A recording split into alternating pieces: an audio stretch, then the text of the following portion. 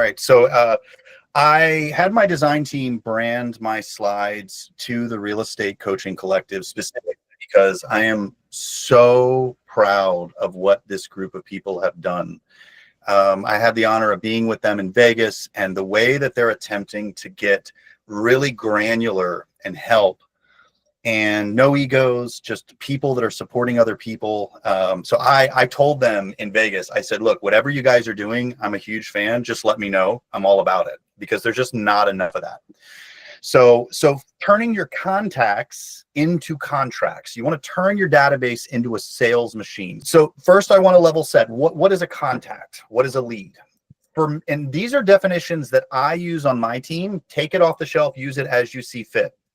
To me, a contact is a person. It's just a person in your CRM. And what some of you are doing is you're deleting people from your CRM. And, think about if you were at an open house and the person walks in and you say, oh, you're looking for a home. They say, no, I'm just browsing. Do you delete them? No, you shake your head, right? You meet them, you say, oh, okay, well, it's a beautiful home. Would you like me to tell you about it, right? When you guys are getting these contacts in your CRM, some of you are only keeping people that are looking to buy or sell in the foreseeable future. And that's a huge mistake. In 2017 and 2018, there was a really cool, I think it ended in 2019, a really cool hack with Facebook. And it was how Facebook and Yahoo connected your friends list. And so what would happen is every agent that joined my team from 2016 through 2019, we exported their friends lists, their name, email, and phone number into Follow Up Boss, into my dynamic remarketing. So people ask me all the time, how did you get 296,000 leads in your Follow Up Boss account? I would say about 100,000 of them are my agents' friends. And then I grew my LinkedIn following to 30,000 LinkedIn followers. I imported them into Follow Up Boss and run remarketing ads to them. So for me, I realized right around 2017 or 2018 that I needed to collect as many people into my Follow Up Boss account as I could, because I felt like I really like digital marketing. I like being able to sit behind a computer, do things, run ads, and bring people to me. I've never been the type of salesperson that wants to impose on a prospective client. It's just not my vibe, right? It works for some people. It's not me. Digital marketing allows me to bring these people into my virtual office. So you need to have all, and I say all, of the humans that you know, and those that maybe are just acquaintances inside of your CRM, right? And so I decided to make those contacts the contact stage in Follow Up Boss. So when we decide that the lead is no longer looking or no longer has a real estate need, we change it to a contact stage. Then lead stage for us, and I'm going to go over all my stages in a minute. Lead stage for us means this is someone that has interest in the subject of real estate. We haven't spoken to them yet, right? So for us, lead stage means it's just somebody that has a real estate need. Once we talk to them, we're going to disposition them a little bit later. And so why am I starting with definitions? Because this distinction between a contact and a lead, and then subdividing it into different stages and categories, it allows you to scale your business so that your database isn't just a hot mess that you go to have your anxiety levels go up. It's a place that you can start to organize and strategically communicate different messages to different people to produce an income. So this is where I just grabbed quickly my stages in Follow Up Boss and 4 of my ponds. And I just want to talk to you about stage theory, because if we're going to start talking about having these humans, we call them contacts and leads, but having these humans do business with ourselves or our organization, we need to have them organized so that we can start to create automations, drip campaigns that are actually reaching the intended recipient. So those are my stages on the left. And if you look, it starts in lead stage.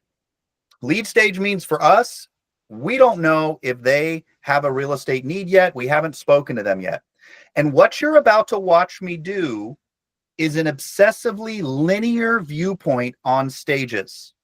Now, this is very different than, for example, if you are a Zillow customer, they have appropriately decided to use stages that are agent action oriented. Like, for example, agent called lead, met with lead, showing lead homes, right? So all of their stages inside their ecosystem are agent activity focused, and that is fantastic. And if you have Zillow leads, you should do that. For me, my organization is focused on leads from Google and Facebook mostly.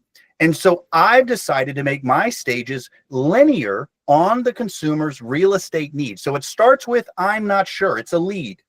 Then my agents requested that they have a stage for people that they're meeting with face-to-face. That's an active stage. What that means is I'm going to their house to do a walkthrough of their property. What that means is I'm showing them a home, or I got them under buyer broker. For them, that's the top. That's like what most of you are. Don't lie. You got a little piece of paper and you're writing down your top leads. I've been there. I know how it is. Active stage for us is exactly that. Then once we talk to them and they're like, yeah, I'm not ready yet.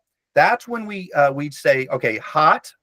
And I've got A, B, C. A, hot, 1 to 3 months. B, warm, 3 to 6 months. C, cold, 6+ months. You know why I did those stages that way? Because I notoriously had agents that would say, well, Barry, this one is 3.5 months. Should I do hot or warm? And I look at them and I literally say the same thing every time. I could care less. I could care. I want you to be like an emergency room.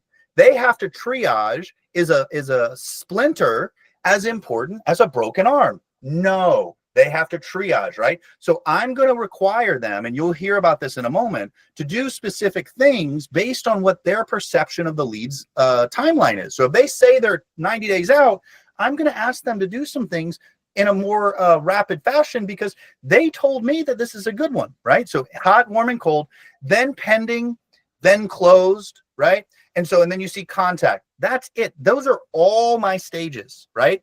And again, I don't want you necessarily to copy my stages. My intention of going deep on how I've done the stages, I just want to give you a snapshot into how my brain works and how I'm operationalizing my organization. Each of your agent counts are different. Your business needs are different. Your time involved is different. Your lead sources are different. Your market is different. You should not be taking all of my stuff or really anyone's stuff without using your brain and analyzing it and saying, what is best for my business? But for me and my agents, having a linear snapshot of the consumer's readiness or lack of readiness has really simplified things. The second thing that I decided to do was I decided to go deep with ponds several years ago. Gabe Cordova and I sat and had coffee with Dan Corkle, and we made a case to him on why he had to have ponds. And we were relentless. And Dan, being the amazing founder that he is, he's still super involved with product. It's actually kind of cool. And he did it. He turned ponds on. So what I decided to do was all of my new leads go into a Shark Tank. That is a pond that my entire sales organization has access to. Any leads over 60 days old, I have a tag on all my drip campaigns at day 60 that adds a tag that takes the lead out of the Shark Tank and has a couple of filters. If the lead has done anything at any point in time that's of any significance, like saved a home, for example, I'm going to automatically take it out of the Shark Tank and I'm going to put it in the priority pond. And then reciprocally, if there's any leads that I add that tag on, I think it's pond check is the tag at day 60, pond check, it reassigns the lead out of the Shark Tank and puts it in the storage tank. And so then the trash, and then what happens from there is any leads that are in the storage pond, they never did anything important, right? So that's why they're in the storage pond. If they do anything interesting on my website, I automatically take them out of the storage pond and put them in the priority pond. So what happens is you watch this, the leads flow, then split, then come back around, right? And so I decided to do this because I wanted to try to keep all these leads on my website. I was spending a significant amount of time and money keeping the consumer searching for a home on my website. It's good for my business. And I wanted to make sure that I was organizing things so that my sales team always had new opportunities. There's some interesting learnings here by deciding not to send the leads. Now, these are Google PPC leads. Okay, so this is not, I think you have to approach Zillow and Realtor.com. I'll just be candid with you guys a little bit differently. If that's a lead source you're buying, you know, you need to probably approach it a little differently. So qualifier here, this is PPC and Facebook. When the leads go into the Shark Tank, all my agents call the leads out of a smart list, and it filters for last communication greater than, depending on what my business needs are for the month. If I have too many leads, maybe I have them clear out for 12 hours. If I don't have enough leads, maybe I have them clear out every 2 hours, right? And so basically when my agent calls, the name disappears for 12 hours. Well, I am appropriately distracted on building a product at Ylopo. And so I had to think about, how can I motivate an entire sales organization to work hard and not have someone breathing down their neck? Is it even possible? And I'll just tell you guys what I ended up doing. What I discovered is telling my agents, if you call leads a lot, you're going to talk to a lot of people and you're going to get more deals closed. The majority of my sales team was not and is not motivated by that very true statement. I think there's some reasons that they're not motivated by it, but generally speaking, telling people to prospect 50 to 75 leads a day, 5-6 days a week, because you'll find the good stuff, most people don't do it. So then what I decided to do was I told everybody, you know what? Call the leads, don't call the leads. I don't even care anymore. Do whatever you want. But I do want you guys to know this. I'm going to hire a couple of humans to call. We call those ISAs, to call through the Shark Tank. And I'm going to use AI to now call all of these leads 13 times over 90 days. And I'm going to have AI text all these leads over 90 days. And if AI calling or AI texting or my 2 humans, I used to have 9, but I've been able to go to 2 now because of AI. If they find a human that wants to talk to an agent, we're going to transfer it. But we're only going to transfer these leads to the people that decided to work really hard the week before. I have never in my entire career been able to get a group of humans to be motivated to work really hard than at this moment. What I discovered is that salespeople will work really, really hard to get something really, really easy. I'm going to say that again. Salespeople will work really, really hard to get something that's easy. And so now I use this, I taught my recruiter, I have a recruiter, and I taught her to use this phrase. At my organization, I have democratized the hot opportunities, not off of sales performance, but off of grunt work and effort. The people that decided to work hard last week are going to get the good stuff this week. Guys, I'm just telling you, that alone is worth the price of admission. If that's all you get out of my session, I'm just letting you know right now, this has been a game changer for me, because now what happens is, if they're not in the top 50% for effort, they're not going to get the good stuff. I wouldn't be able to do any of these cool things about turning my database into a sales machine if I didn't have my stages dialed in, if I didn't have my ponds dialed in. And I saw Elena democratize, not meritocracy, but and if you hear Elena talk about this, this is like one of her passion projects, is getting people to organize the stages and their ponds. If you can do these 2 things, smart lists candidly become a lot less confusing. A lot of people for stages, like you'll see sphere of influence as a stage. I'm not faulting you, but what is that? What does that mean? Right? To me, sphere is a lead source. It's not a stage, right? Because what happens if your sphere decides they want to buy tomorrow? Are they not your sphere anymore? Or now they hot? Like, how does that work? And so when we have really confusing stages and ponds that don't make linear sense, all the other cool stuff I'm about to share with you, it doesn't have the impact, because you're not going to be able to see it. It's going to be disorganized. Even though Follow Up Boss is amazing, you're still not going to be able to see it. And so you have to take some thoughtful time and organize this. And the other thing I want to tell you with regards to organizing your CRM is, if your day is spent in front of a computer, you're going to look at follow-up boss and stages and ponds differently than someone that's always in their car. Okay.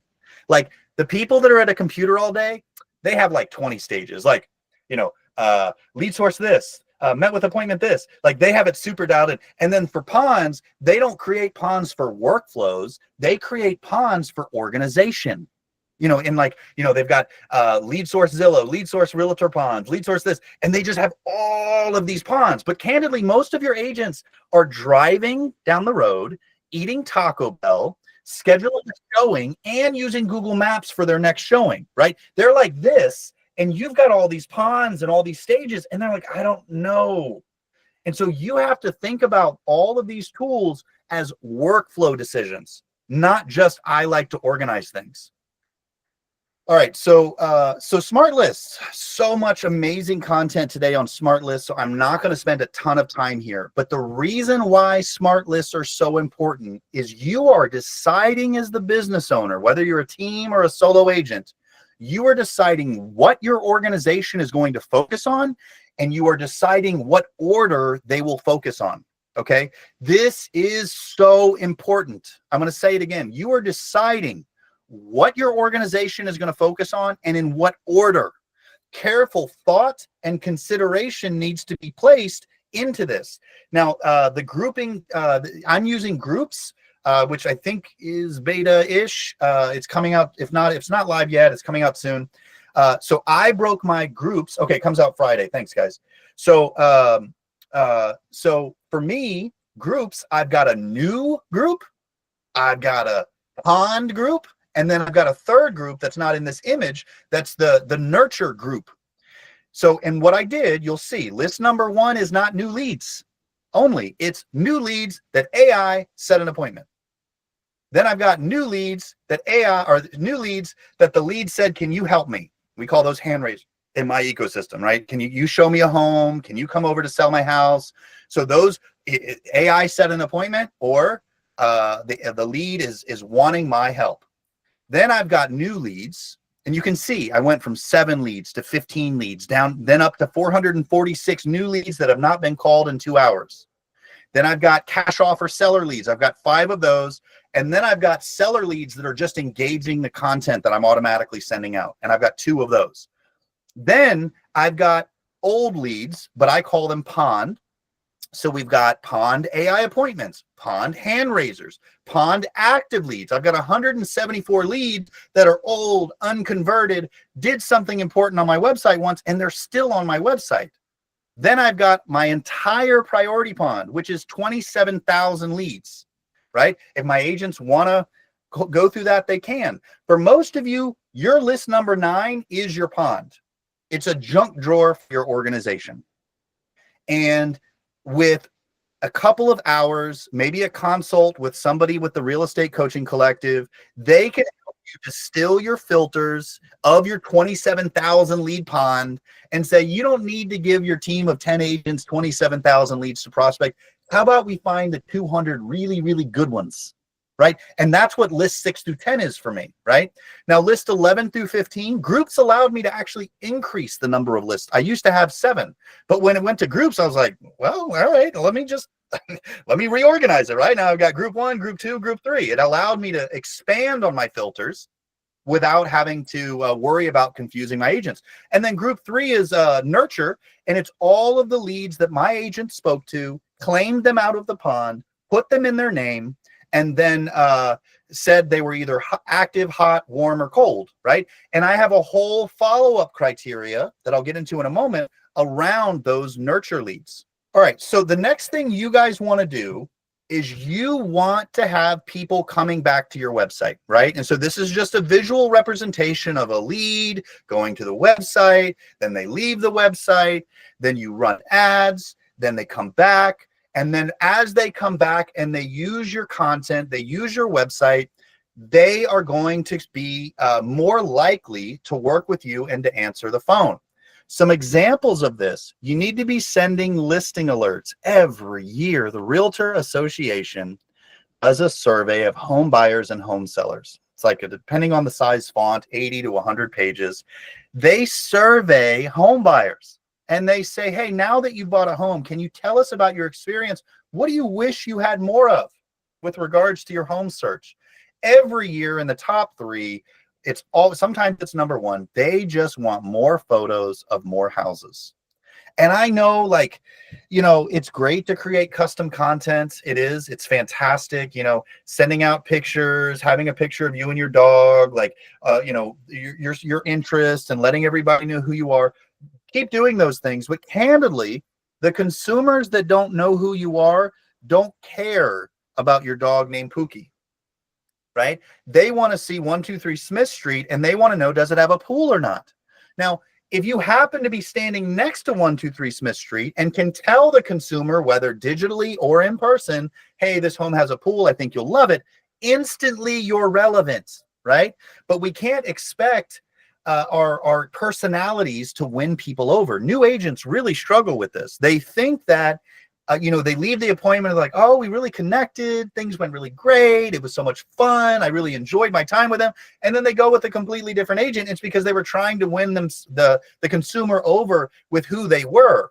And let me be clear here. I'm not saying who you are is not relevant to the conversation, but as far as priorities go, it's all about houses. So sending listing alerts, running dynamic advertising. There's like 5 companies that do it. There's Ylopo, Lofty, Sierra, Commissions Inc., Boomtown. And what they do is they go into your MLS every morning. They grab all the listings. They analyze the consumer's website behavior on your website, pull the listings out of the product catalog inside of Facebook, and then push those same homes into the person's news feed. I was telling somebody yesterday, all the cool stuff that I own are from retargeting Instagram ads. Like these white glasses was so, like, I wanted to return them after I bought them a couple years ago, and I couldn't. But I bought them because my shoes that I'm wearing right now, I got them because of an Instagram ad, right? So this is just the way of our society. We allow social media to shop for us, and you need to have some kind of remarketing technology going on in your database. AI is here, and I'm going to go over it more in a moment. But you need to have some way of having AI communication, AI texting, AI voice of some kind, reaching out to the consumer so that they will engage with you. So as you can see, here's a snapshot from a couple days ago. This is my priority pond.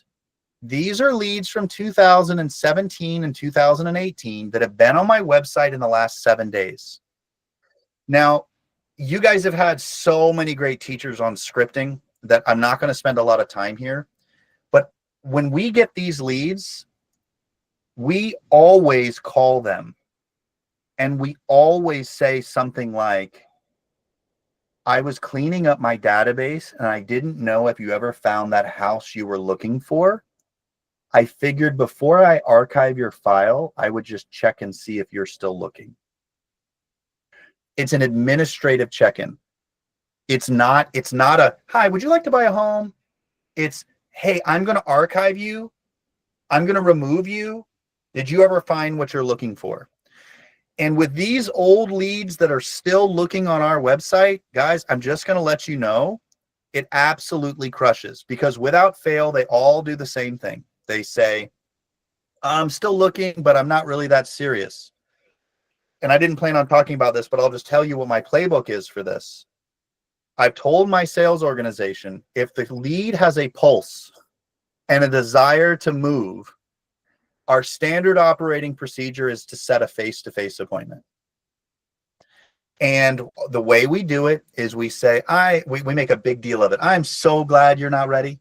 I'm so glad to hear that you're not ready. You sound like the type of person that's taking this seriously, and that's what I specialize in. I love working with clients that aren't ready because I get to put on my teacher hat. With that being said, this is one of the largest financial transactions of your entire life. It deserves careful consideration and wise planning. And what we do is we sit down for 45 minutes. We're going to plan out the next year, go over the ins and outs. We schedule that meeting. We give them 2 options, Wednesday or Saturdays. We set up that meeting. We sit down with them. We have a lender call in or stop by, because we believe in the power of knowing what you can afford. We want them to know their budget. Guys, I'm just going to let you know, people that are telling us that they're 12 months out at scale are buying within 90 days. Okay. Because what we're doing is we're not pushing them. We are making something that they want easy for them to attain. And a lot of you are so focused. Oops, I'm going over scripting, but I can't help it. A lot of you are so focused on not bothering people that you've accidentally cornered yourself into not being valuable to people that actually need your help the most. See, if you're going to capitalize on your database, you can't consistently wait for the consumer to know enough to ask you a question. Like my teacher in high school would ask me if I had any questions. I wasn't paying attention. Right? So like, I didn't even know what to ask. Like, are we in math or English? Like, what's going on here? I don't even know. Right. And so for some of you, you're like, well, do you have any questions about the process? No, realtor, I don't, because they think we're DoorDash. Right. They think that the conversation with us is only relevant when we know when they know exactly what they want, or when they know they want a sign in their yard to sell it. For us, working your database leads that are casually browsing, the way that you're going to monetize it quickly is you're going to take on a servant leader role. You're going to come off the top of that mountain that we love to stand on. Let me know when you're ready. You're going to go down to the bottom of the mountain. You're going to put your arm around them. You're going to take on the role of a teacher and a guide, which means you're not going to say something lame like, let me know if you have any questions. You're going to tell them what questions they should be asking. Things like, Mr. Smith, it doesn't sound like you're ready. Let me tell you some questions that you should be asking yourself and a potential realtor right now. Bam, right? And then you take over ownership of the relationship and not ask them, would you like to meet? Don't ask them. Tell them. I believe it is in your best interest if we set up a time to sit down and go over one of the largest financial transactions of your life. I like to do these meetings Wednesdays afternoons or Saturday mornings, but I can be flexible. Just let me know what works for you. Rinse and repeat.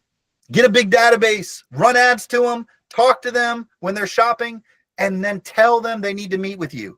This never stops working. It never, ever, ever stops working. All right, I got 5 minutes. You want to respond to leads quickly. You want to have a scripting that I just went over, and you want to have a cadence of follow-up. You can actually go to the next slide.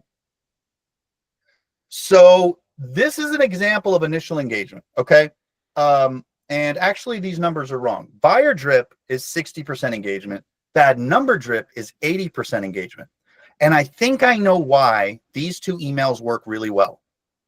If you look at the subject line, I know it's small, but in both instances, I put the phone number of the lead in the subject line. Now, I don't know about you guys, but if somebody emails me my phone number in the subject line, I'm at least going to open it. I'm like, why is this guy emailing my phone number, right? And you also notice in both of these, this is the buyer drip that I wrote for Ylopo for their new leads. And all it says is the number I have still good for you. So that's the buyer drip. And then the subject line is, good morning, John. You see how it says greeting time. That's a follow-up us feature. Do you have 5 minutes for a phone call soon? I wanted to briefly discuss your real estate search. I'm sure you're in no hurry to move just yet, but I have 2 things I want to share with you. Let me know when you're free. And then my favorite merge field at the bottom and follow-up us is that last 5 preview. I didn't say I found 5 homes for you because I don't know what they looked at. They might have only looked at 2 houses. But suddenly the houses that they're looking at are in the body of the email. And these messages are short and punchy, like text messages, right? I don't believe people read long emails. I don't believe people read much at all. And I wish I was wrong, but I don't, especially in marketing. I just think it's got to be quick and punchy. These are some automations, just as some examples. When AI is talking to the lead and AI determines that the person, whether it's AI text or AI voice, says, you've got the wrong number. We're adding a tag automatically, AI is, that says this is a bad number. That triggers 2 campaigns. One is an email campaign that you just saw that has an insanely high engagement rate. The other thing that happens is the next time the lead comes to my Ylopo website, I have a box that pops up that says, hey, we don't have your right number. We need a new number, right? When a past client saves a home, so if they're in the closed stage, like I told you, right, you got to have that stuff dialed in. So the automation says if they're in the closed stage and they save a home, 2 days later, an automatic email goes out from my assigned agent and just says, hey, how you been? I've been thinking about you. Super high engagement, right? And then sellers that engage my equity reports automatically get sent some crazy they look handwritten cards from AM cards. All right, I think we got one or two more slides and then we'll be done. So people have asked about AI. I had 9 humans calling my leads. Now I have 2. I found them jobs in other places. AI is now 49% of all my new leads are getting an answer on the phone, which is just bananas. I mean, I've never seen anything like it. And it's because AI keeps changing the phone numbers. Like, we don't just use one number anymore. AI changes like every couple of days, so I don't get marked spam. 49% of the time the leads answer, 11% of the time the conversations become live transfers. Like, insane. AI SMS, 50% of the leads respond and 8% set appointments. And I've been able to start working with non-Ylopo customers, like basically bolting off this tech and trying to piece it together for other, and watching AI change people's businesses. It's not going to take your job. Okay. You're not going to be, but the mundane prospect of prospecting all day, you now can have AI doing both voice and text. And I would argue to say that at this point in time, AI voice is more empathetic, more compelling, more consistent, and just overall better at phone lead conversion than over 85% of all agents in our country. That's a very strong statement that I'm making, but I'm just letting you know I'm watching the data. I have never had 50% of the leads answer. I have never had 11% of my conversations transfer from an ISA level. And so if you're not using AI in pieces of your business, you're missing out. And I think I got one more slide. The other aspect AI I'm using, we are watching 19 different scenarios. When an agent says the lead, the one that bothers me a lot is every Monday, we nudge all of our agents if the lead called them back and my agent doesn't get back to them. So on Mondays, we nudge 19 rules like that. Like, you said they were hot. You haven't talked to them in 2 weeks. 19 different scenarios. This only works with Follow Up Boss. Click a button. By Friday, if my agent hasn't called the lead back, as an example, we click a button. We take all the leads out of my agent's names, right? That they had 5 days to fix the nudge. And I just used one of the most egregious, in my opinion. And on Friday, we click a button. We take all the leads out of their name. I reassign it to a human. The human calls these leads and says, I'm the client care coordinator. Just wanted to see how your agent is doing and if they ever bought a home. If the lead gives my ISA their agent's name, we assign the lead back to my agent. I'm not in the punitive mood, right? I'm just trying to make money. 2% of the time when we take the leads out of my agent's names, they drop the ball, they're not doing their job, we assign it to this other person. 2% of the time, the lead knows my agent's name. 40% of the conversations in this scenario, they do not remember the lead's name, the agent's name. We reassign it to a new agent and they go under contract. So let me say this again. My agents aren't always following up with the leads that they have. I nudge them. I give 5 days to get the nudge cleared. If they don't do it, I give it to somebody else who then gives my agent another chance. Are they memorable? And they aren't most of the time, unfortunately. And I've been teaching them how to be more memorable. I mainly face-to-face appointments. But then I'm still making money. So what did I just do for you guys? I told you to organize your stuff. I told you to keep the people in your database engaged through AI and great content and outreach. And then I told you, manage your people.